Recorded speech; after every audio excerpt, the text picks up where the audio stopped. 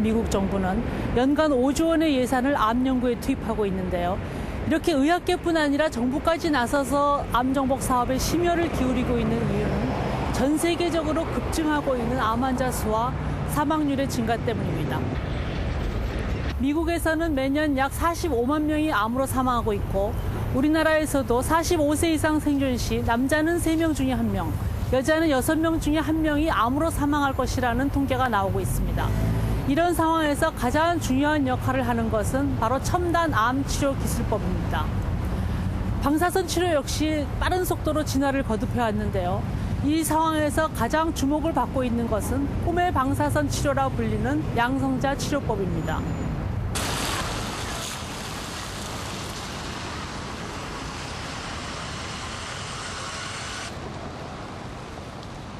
도미니크 공화국 출신인 줄리안 호퍼 씨는 지난해 10월 고국을 떠나 MD 앤더슨 암센터가 있는 이곳 휴스턴에 왔다.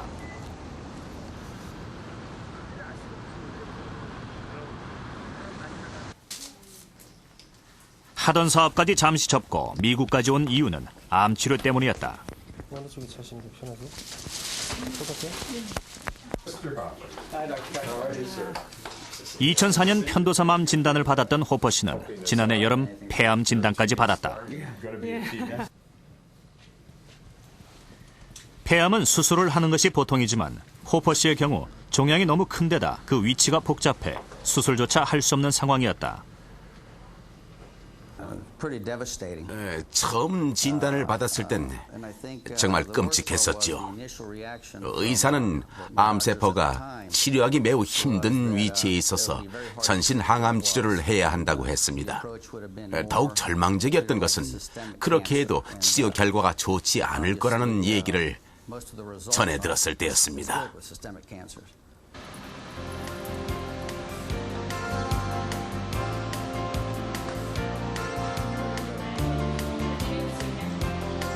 절망에 빠져있던 호퍼 씨를 다시 일으켜 세운 것이 바로 양성자 치료였다.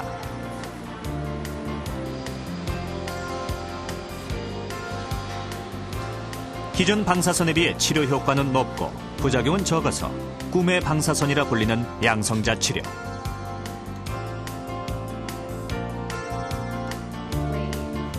현재 전 세계적으로 25개 암센터에서만 시행되고 있는 이 첨단 치료법은 수많은 난치성 암 환자들에게 새로운 희망이 되고 있다. 이 환자에게 양성자 치료를 적용한 이유가 무엇입니까? 이 환자는 폐 중앙에 종양이 있기 때문에 종양이 있는 폐의 정상 조직과 반대쪽 폐의 손상을 막는 것이 관건입니다. 그런데 양성자 치료 외에는 정상 폐 조직을 손상시키지 않고 치료할 방법이 없습니다. 이 환자의 경우 그동안 양성자 치료를 한 결과 폐는 물론 식도의 손상도 막을 수 있었습니다.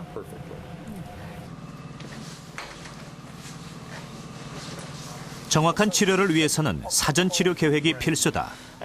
정상 폐와 척추에는 방사선이 들어가지 않도록 방사선의 양과 조사 범위를 계산하는 것이다. 네, 여기 그 빨간색으로 나타나는 부분은 척수입니다. 척수와 반대쪽 폐에는 방사선이 거의 전달되지 않습니다.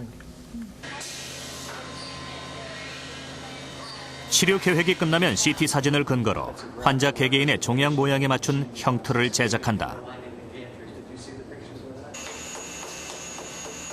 방사선이 나오는 출구에 부착해 종양에만 방사선이 들어갈 수 있도록 하는 장치다.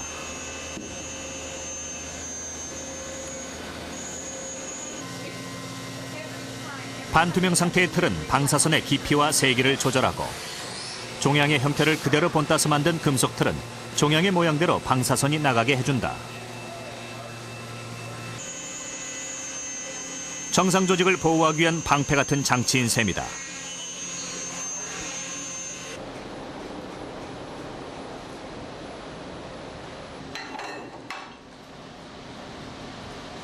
이렇게 정밀한 사전 작업을 거치기 때문에 부작용이 일어날 가능성은 크게 줄어들었다.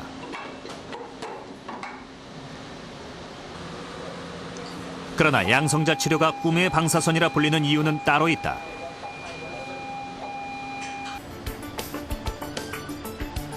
양성자 에너지가 만들어지는 양성자 가속기. 수소 원자핵을 구성하는 양성 소립자인 양성자는 1초에 1000만 번 회전하는 이 가속기를 거치며 엄청난 속도를 얻게 된다.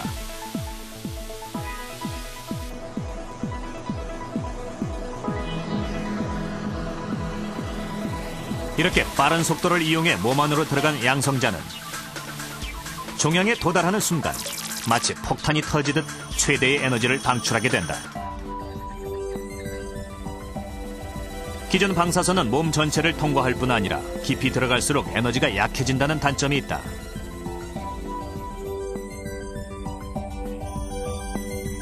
그러나 양성자는 종양 부위에서 100%의 에너지를 방출하기 때문에 암세포만 집중 공격할 수 있다.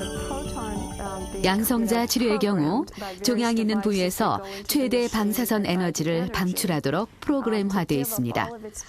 처음엔 아주 적은 양의 에너지가 나오다가 중간에서 가장 많은 에너지가 나오고 그 후엔 급격히 에너지량이 줄어드는 방식이죠. 그래서 종양엔 보다 많은 방사선을 전달하면서 주변 조직의 손상은 피할 수가 있습니다.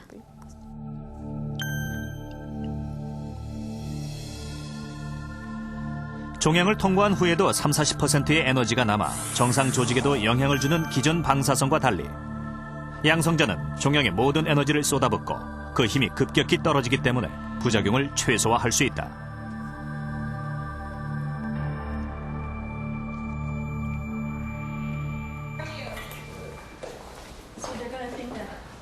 두 달간 양성자 치료를 받은 호퍼 씨는 최근 항암 치료를 병행하기 시작했다. 항암제를 써도 될 만큼 종양의 크기가 줄어든 것이다. 양성자 치료는 제겐 커다란 구원이나 마찬가지였습니다. 양성자 치료 덕분에 종양을 공격하면서 방사선 치료로 인한 주변 장기 손상을 최소화할 수 있었기 때문이죠. 덕분에 저는 심장이나 척수 그리고 정상적인 폐를 모두 보호할 수 있었습니다. 양성자 치료는 제게 완벽한 치료법이었습니다.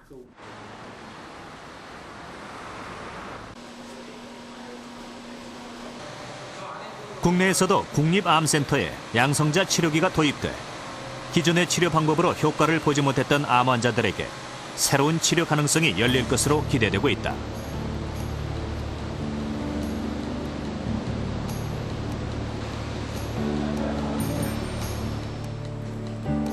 암세포만 정확히 공격하고 부작용은 최소화시킴으로써 보다 인간적인 삶을 보장해주는 것.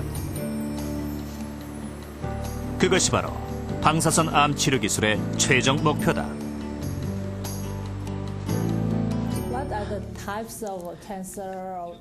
양성자 치료가 효과적인 암들에는 어떤 것들이 있습니까?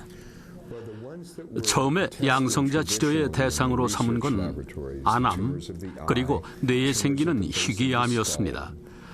하지만 현재는 전립선 암같이 흔한 암도 양성자 치료를 하면 최소한의 부작용으로 또는 전혀 부작용 없이 효과적인 치료가 가능한 것으로 밝혀지고 있습니다.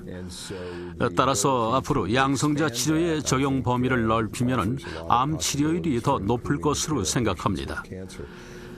특히 폐암에 양성자 치료를 적용하는 것에 관심을 가지고 있는데 폐암의 경우 종양의 크기가 너무 커서 수술로는 제거할 수 없기 때문입니다. 하지만 양성자 치료를 하면 정상 폐 조직과 심장 그리고 척수와 식도 등의 손상은 피하면서 종양에만 방사선을 전달할 수 있기 때문에 위험성이 줄어들게 됩니다. 그렇다면 양성자 치료가 기존의 방사선 치료를 모두 대체하게 될까요? 양성자 치료가 다른 암 치료법이나 기존의 방사선 치료법을 대체하게 되지는 않을 겁니다. 양성자 치료가 소용이 없는 암들이 있는데 그중 하나가 유방암입니다. 유방암의 경우 종양을 제거한 후에 방사선으로 유방 전체를 치료해야 하기 때문에 암세포만 집중 공격하는 양성자 치료가 필요 없습니다. 백혈병의 경우에도 전신에 방사선 치료를 하기 때문에 양성자 치료를 할 필요가 없죠. 현재 진료 중인 환자들 중에 양성자 치료가 필요한 경우는 20% 정도입니다. 나머지 환자들은